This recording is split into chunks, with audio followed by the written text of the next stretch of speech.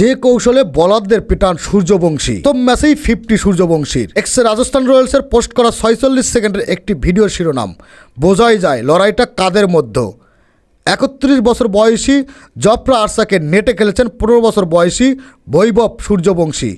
দুটো বল ডিফেন্স করছেন, বাকি বলগুলো মিড অফ কাভার তুলে তুলে মেরেছেন। দেখে বোঝার উপায় নেই আর্চার একজন ফাস্ট বোলার। ঘন্টায় 145 কিলোমিটার গতিতে বোলিং করেন। আইপিএলে ভালো ভালো বলার খেলেন, তবু প্রতি দলে একটা আর্চার নেই।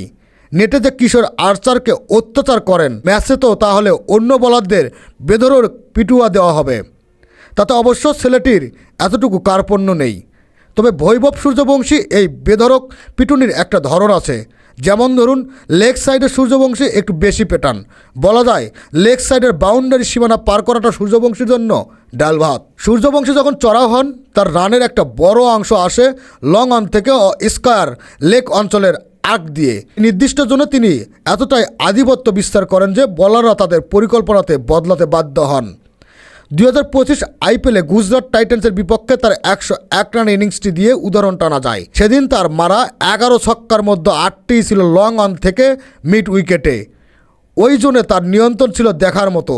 14 বছর বয়সেই সেই ইনিংসের অদ্ভুত দক্ষতায় তিনি বলের লেংথে পড়েছেন আগে ভাগে। আইপিএলে সেঞ্চুরির পর বৈভব সূর্যবংশী অর্চারপিট ও অর্কের মধ্যে যে কোনো বলকে খুব সহজেই সীমানা ছাড়া করেছেন।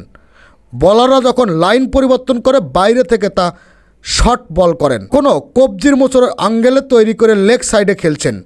চলতি আসরে চেন্নাইয়ের বিপক্ষে সূর্যবংশীর প্রথম ম্যাচে তার 52 রানের ইনিংসও ছিল একই ধাঁচের ব্যাটিংয়ের পুনরাবৃত্তি। এই ইনিংসে তিনি দেখান পাওয়ার প্লেতে কতটা ভয়ঙ্কর হতে পারেন।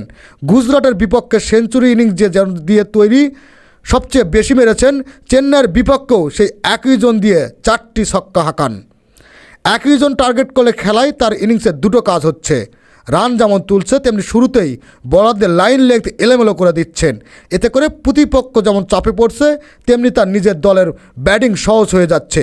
সব মিলিয়ে 15 বছর বয়সী সূর্যবংশী এখন 360 ডিগ্রি ব্যাটসম্যান হয়ে ওঠেননি।